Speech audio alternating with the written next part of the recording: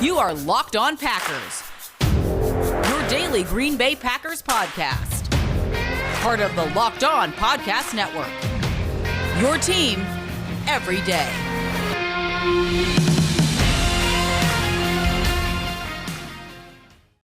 You are Locked On Packers, part of the Locked On Podcast Network, your team every day. I'm Peter Bukowski, and I cover the Packers for The Leap, a newsletter I would love for you to subscribe to at theleap.substack.com. Follow me on Twitter, Peter_Bukowski. Follow the podcast on Twitter at Locked On Packers. Like us on Facebook. Subscribe to the podcast on iTunes, on Spotify, on Google Podcasts.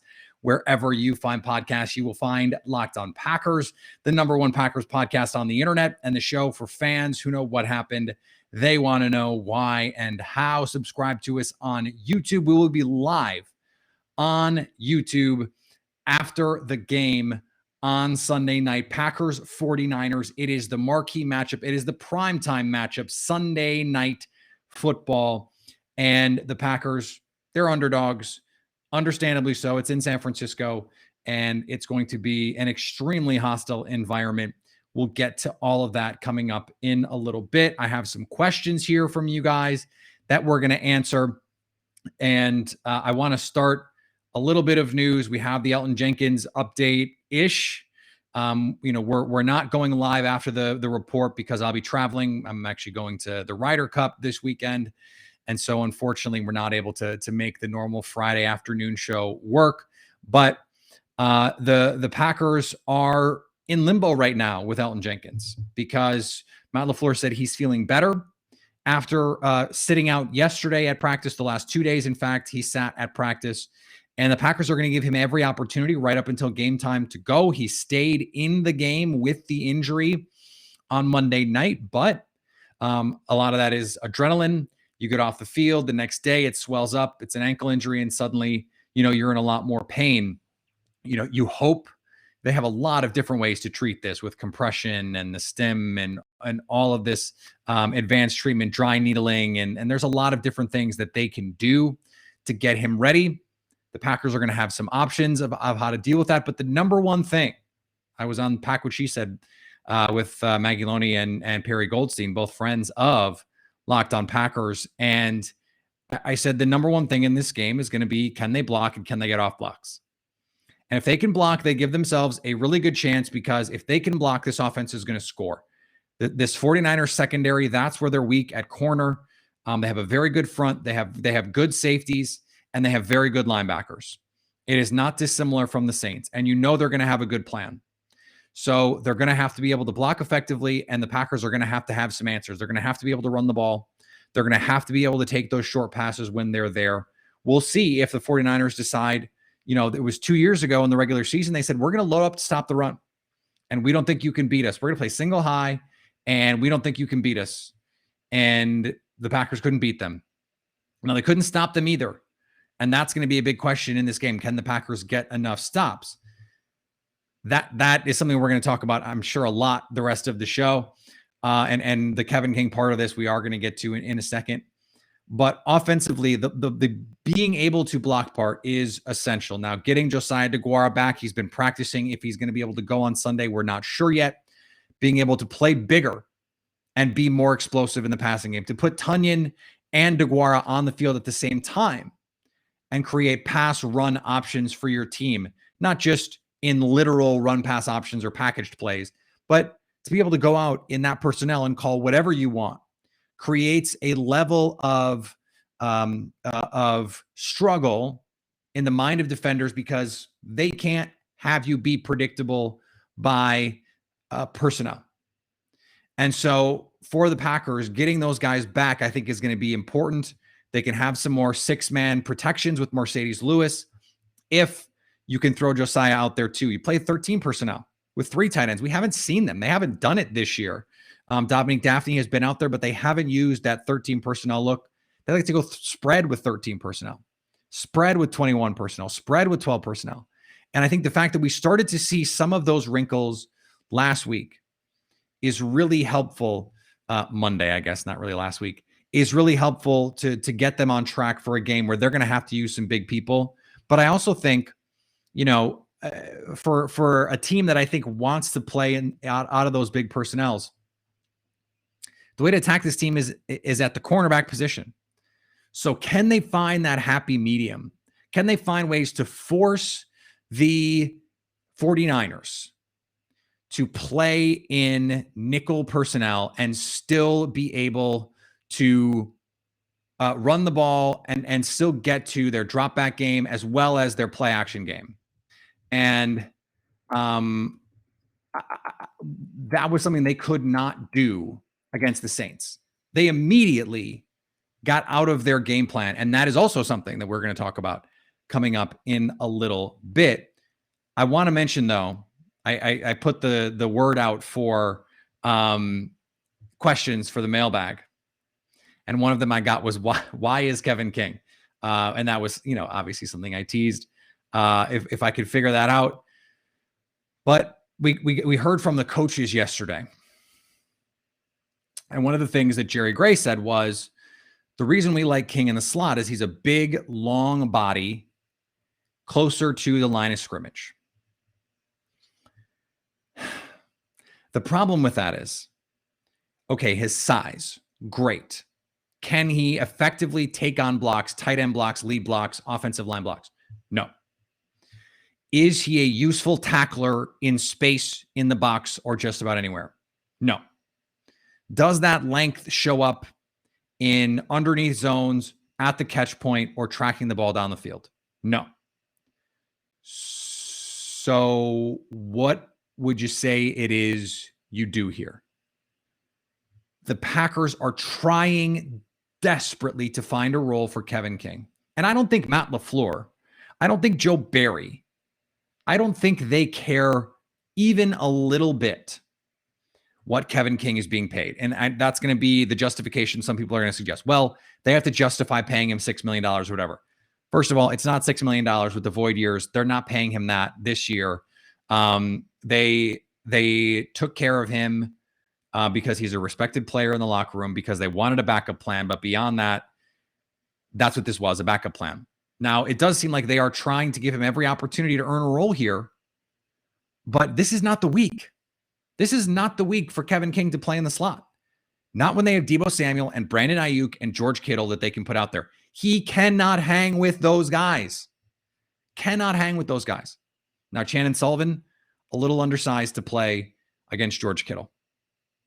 Maybe what you do is you play Jair Alexander more in the slot. Now, if you're going to do that, Deebo is going to go wide. Ayuk is going to go wide. Now, maybe if you're Joe Barry, this is an old school Jair Alexander game where you just say, okay, Jair, you've got Deebo. Anywhere he goes, you've got him. And we can figure out the rest. And it's one of those, like, not even old school Jair games. It's like an old school Charles Woodson game where it's like, okay, we're going to put our best cover guy on your best receiver. And regardless of what the call is, man zone, he's got him. He's got him. And you can do that around them. They even did that. This is for real. They did that with Demarius Randall. They just said, okay, you're going to play in the slot, or you're going to cover the best receiver in the slot if he's in there. Otherwise, you're going to be on the outside. And the rest, it's not going to be predictable by whether or not you're going or traveling, because that's what you have him all day. And you're going to have to figure out how to pass it off. If they're going to run crossing routes and mesh and all that stuff, you got to figure it out. I think that is a better solution than playing Kevin King in the slot. Kevin King in the slot is a fool's errand. It is trying to make fetch happen. It's just not going to happen. So from that standpoint, this is, again, a bad week for this strategy. It is not going to work out. Now, like I said, I like Kevin King as an underneath zone defender. As an underneath zone defender, fine. That is probably his best position, but I don't want him out there because he can't contribute in enough meaningful ways in other ways. If you put Deebo in the slot, it's barbecue chicken. It's over. It's done. It's a wrap. He can't hang. And I'm sorry that his best role in this team now is playing gunner, but that's the reality. These other guys are just better, and you're hurting the team by putting him out there and forcing, wishing, and that's what it is. It's a hope and a prayer. It is wishing desperately that this guy is something that he just has never been. And I know people They get upset for Kevin and they want to defend him and they think that this is personal. It's not personal. I don't have anything personally against Kevin King. I don't know Kevin King. This is not about that. His play on the field speaks for itself, and it's not good enough. And they have to stop trying to put a square peg in a round hole, because that's what they're doing. Their best three-corner lineup is Jair, Chandon, and Eric Stokes. Align them however you want, because I do think Stokes could play in the slot. I do think he could match up against tight ends. I think that could be a fun thing to try this week. Give him a shot to try and cover George Kittle. I'm about that. Give him a chance, because it's going to be tough. I think it's going to have to be by committee this week, but it just can't be Kevin King. Today's episode is brought to you by our friends at Built Bar. Celebrate the freedom of choice with Built Bar, because there's so many delicious flavors. I love them all. They've got a new chocolate chip cookie dough flavor. I haven't tried it, but I've heard wonderful things about it. Every special flavor that they put out there is awesome. These are the protein bars that taste like a candy bar, and yet they're high in protein, high in fiber, low in net carbs, and low in sugar. This is something you are going to want to get on if you haven't tried it. These things are the truth. I was dubious at first. When I first got the copy, I was going, yeah, I don't know about this. I don't know if I believe it. And then I ate them. And then I ate them some more. And then I kept eating them because I couldn't stop eating them, because they are delicious. My wife eats them. Even my toddler eats them occasionally. And you should too. Go to built.com and get 15% off when you use the promo code LOCKS15. That's built.com for 15% off when you use the promo code BUILT15. Locked on 15 is the promo code. So some more of your questions. And one of them is from Wiley Nash II, maybe, on Twitter. And it is Cobb's pride for a bigger role. What will that look like? And I was on Pack a Day podcast yesterday talking about this. Randall Cobb is 6th in the league in yards per route run among qualifying receivers. The bottom two receivers in the league among qualifiers are Marquez Valdes-Scantling and Allen Lazard. Part of that is because Rodgers has missed MVS on a couple deep shots that could be touchdowns. I mean, he could have 180, 200 yards if they're able to connect on a couple of these. Allen Lazard was wide ass open on the Big Bob Tunyon touchdown, and Rodgers just didn't throw it to him. I think he's been open more than he has produced at this point, and he is such a good blocker that is just going to be continue to be a role for him. The Randall Cobb part of it is interesting, though, because he can do so many different kinds of things that I think they've only begun to explore what they can do with him. Some of the things that they do with Aaron Jones, that little roll motion where he's in the backfield and he's running to the strong side of the formation to trips, and you've got the running back in the backfield. What if you did that with Cobb and Jones? And you could put Cobb in either one of those roles. Cobb on jet sweeps, Cobb on end arounds, Cobb on receiver screen RPOs. We haven't really seen any of that stuff so far. We saw him blocking on a receiver screen RPO to Devontae Adams. And that's an interesting wrinkle to have him on the boundary with Adams in the slot. So you're not predictable that way. I think they're just figuring out what to do with him. And Matt LaFleur said, we have to find more reasons to get Randall Cobb involved. And, they convert the 3rd and long twice to Randall Cobb. Is that sustainable offense? No, but if you're going to trust someone to do it, you trust Randall Cobb to do it. And I think for the Packers, they have to do that, because these other guys, especially in situations where teams are playing so much too deep, MVS as a weapon is mostly going to be valuable to you against quarters in the slot, against safeties, and against cover 3, single high. Now, single high man too. But if teams are going to play too high, whether it's cover 2, whether it's cover 4, or whether it's 2-man, MVS is not as valuable in those situations. You need someone who can win early against man coverage and who can create after the catch. That's Randall Cobb. And then you can find places to get in the rest of these guys. So Allen Lazard is going to continue to play because of his blocking, because of that versatility, and because he does have that long speed off play action. Because you can go run, fake the crack, and it's play action over their heads, touchdown. That stuff is still in the playbook. And I'm really excited to see what Matt LaFleur does. Now you've got a week on tape of stuff that worked. They had a week of tape of stuff that didn't work. And so you're not forcing the defense to play any type of way. You're not forcing them to account for that stuff because it didn't work. Some of it you put on tape and it looked nice, but a lot of it didn't work. They put a little the tight end screen on tape. That worked. Is that something they can work off? Now they put on this trips to one side, tight end to the other side, Aaron Jones motion to the trips, receivers or tight end screen back. Okay. If teams play them for that, what do they have to throw to the Jones side? Can they run a little screen to that side? Is it going to be double move? Is it fake the screen, Devontae Adams double move on the outside, and now it's 6? He has a whole week to start putting stuff on tape to now play off. And I think Randall Cobb, as the season moves forward, is going to continue to be a part of that. And it's going to start with him being successful because so much of this offense is trying to build on all of this, right? It's trying to find ways to make the play that starts out the same look different. And it only works if the plays, when they start out the same, if that same play the first time worked. And that's where this gets into trouble. And this dovetails into a great question I got from Nate Packers. It's a very long question, but I'm going to get to the crux of it. And that is, in these games where the Packers have not been able to take a punch, his take is that this is a Matt LaFleur problem, that he gets a little panicky, he gets out of his rhythm, and he does not handle it as well as he could. Totally agree. To me, this is the next evolution of Matt LaFleur, the coach. We saw him in year one try and put this amalgamation of offenses together, part Mike McCarthy, part Matt LaFleur, part Aaron Rodgers.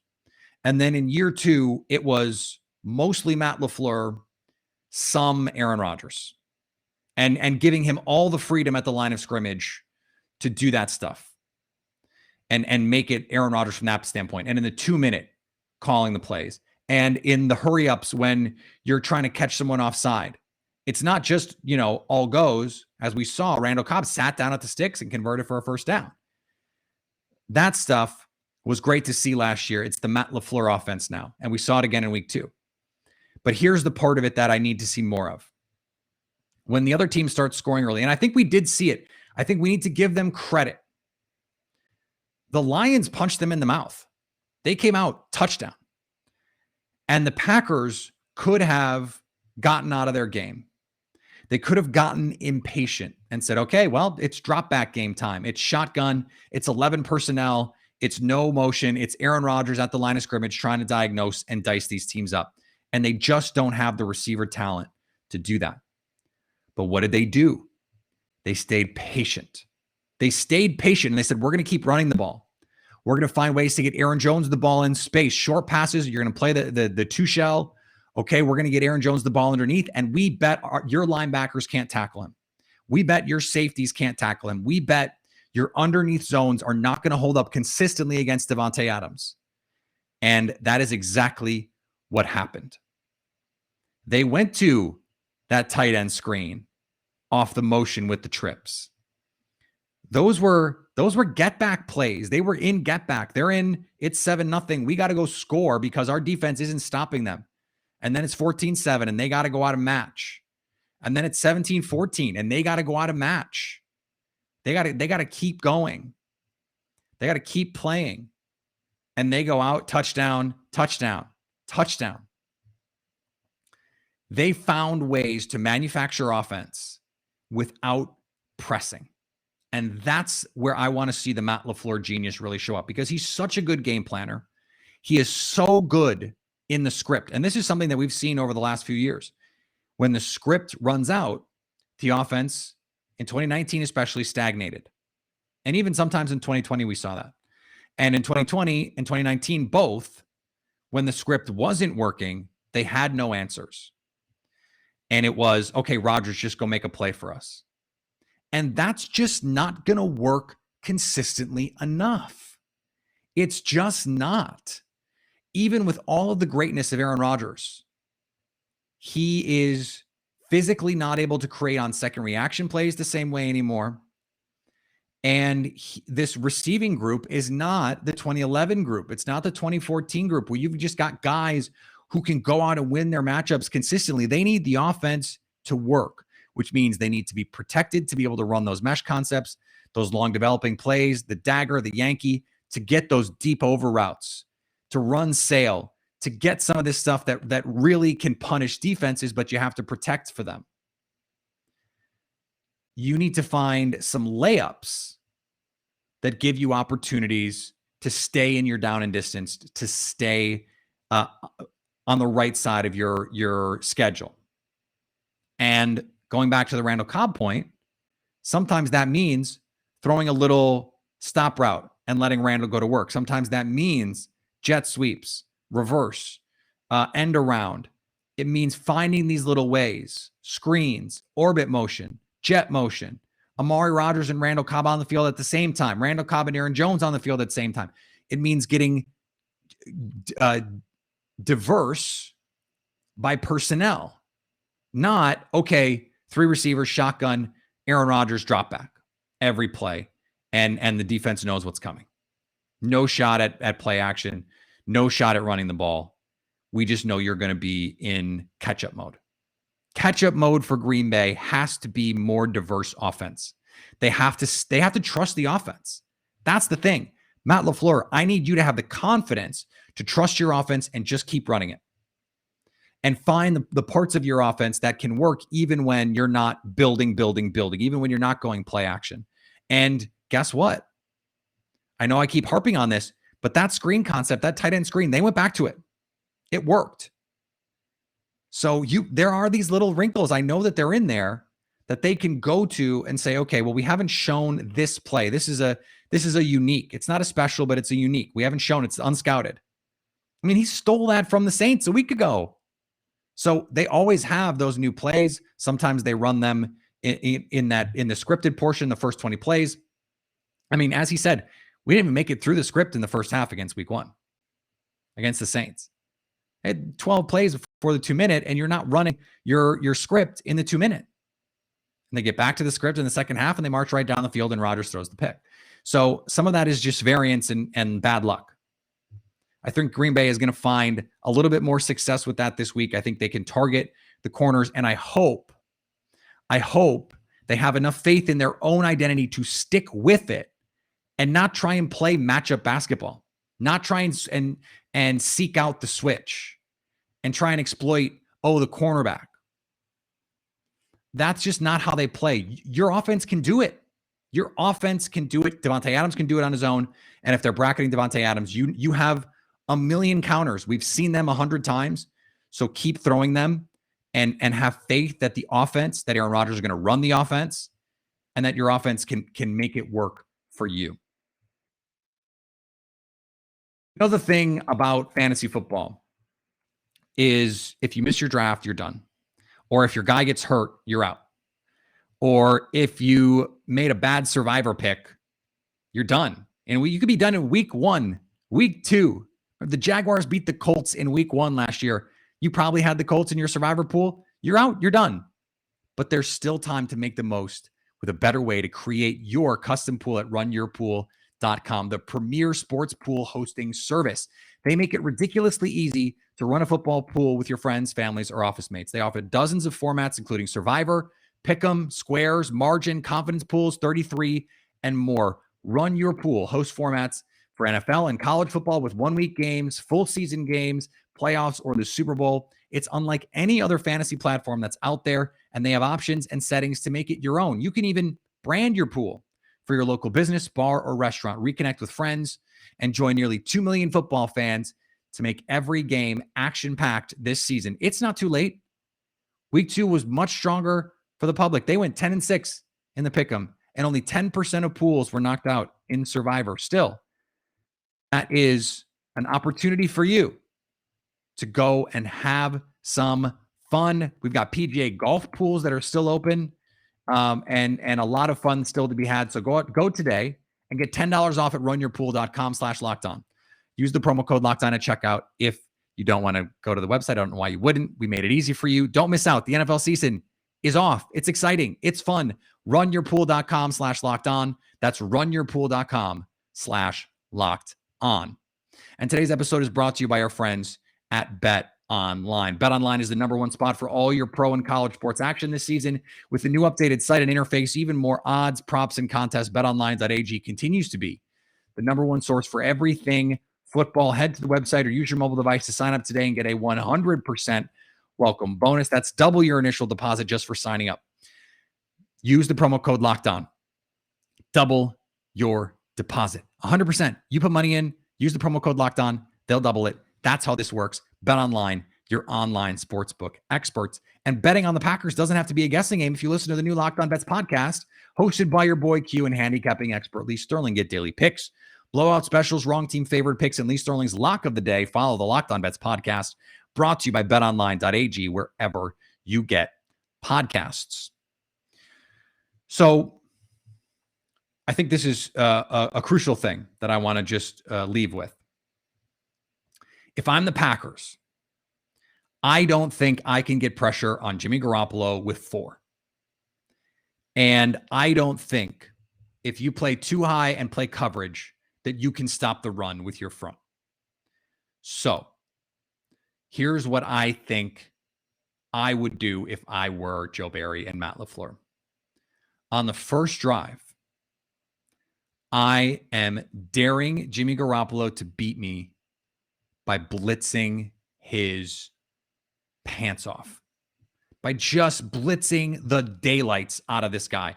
I would have, just like a script with offense, I would have a script of designer blitzes that I am ready to throw at him. I'm double A gap mugging.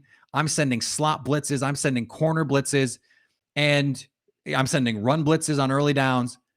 I am not letting him get comfortable because this 4-man rush is not going to get home.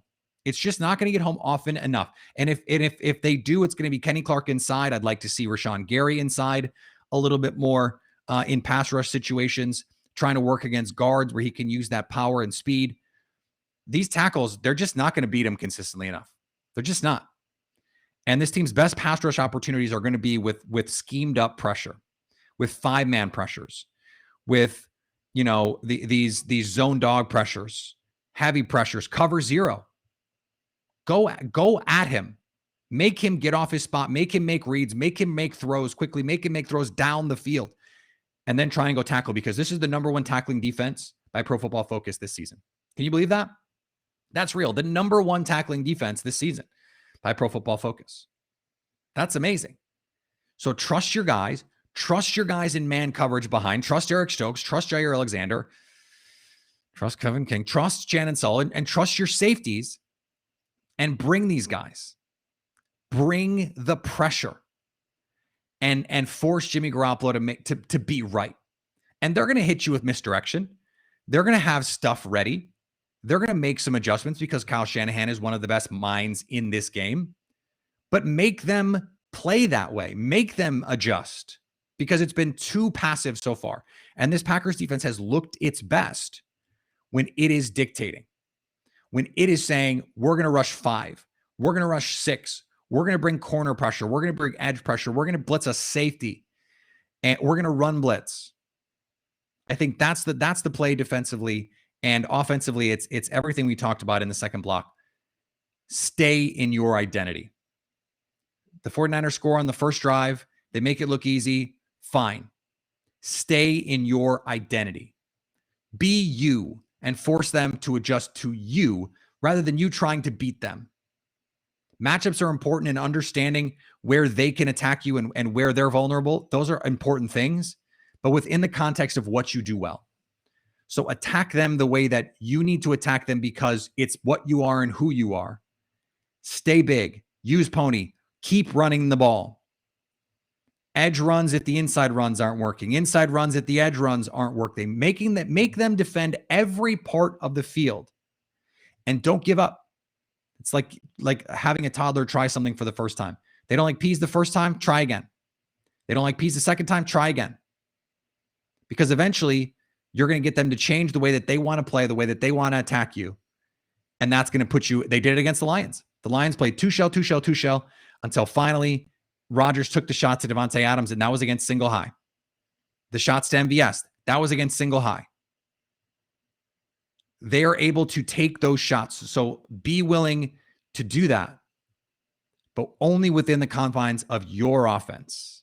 Don't let them get you out of what you do. Stay patient and have confidence in that, and you can go out and win this game. Now, I'm not going to predict that the Packers win this game.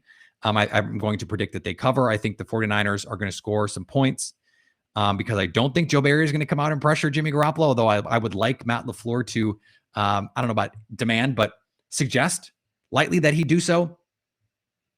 I don't think Green Bay is going to get enough stops without Zadarius Smith and with this Kevin King experiment that's still going on for reasons that I can't quite comprehend. So I think 30-27. I think Green Bay's offense looks good against a very good defense, but I think the defense is still a work in progress. I think they've got to figure some things out still, and Kyle Shanahan is going to take advantage of that. And unfortunately, that's where they are. But this was a loss coming into the season. Let's not overreact if they do lose, unless they look really, really bad, because we thought this would be a game that they would lose coming into the season. The 49ers are very good. They're at home. This crowd is going to be bananas. They can't wait to see their team. And so I not that I'm preparing you for that eventuality, but I think we have to have realistic expectations about this. Could the Packers win? Absolutely. Could they win by 2 scores? Absolutely. I'm just not going to predict that. It's not the most likely outcome. I think the 49ers are a point and a half better on a neutral field. This game will not be on a neutral field. And I still don't know what the future is of Elton Jenkins. So I'm going to take the 49ers, but I think it's going to be close. And I think we're going to feel pretty much about the Packers now, or a week from now, or 3 days from now, the same way we do now. And that is that this is a talented team that has some things that it needs to figure out. That's what they are until further notice. Follow me on Twitter, Peter_Bukowski. Follow the podcast on Twitter, Locked On Packers. Like us on Facebook. Subscribe to the podcast, iTunes, Spotify, Google Podcasts, wherever you find podcasts, you will find Locked On Packers. Subscribe to the Leap newsletter on Monday to recap this game and get everything out there. Will be free. The rest, we'd love for you to help support the work that Jason and I do. America's guest, Jason Hirschhorn, who will be back on the show before you know it. And subscribe on YouTube, where this video is playing right now and where we will be live after the game on Sunday night. And anytime you want to hit us up on the Locked On Packers fan hotline, you can do that, 920-341-3775, to stay Locked On Packers.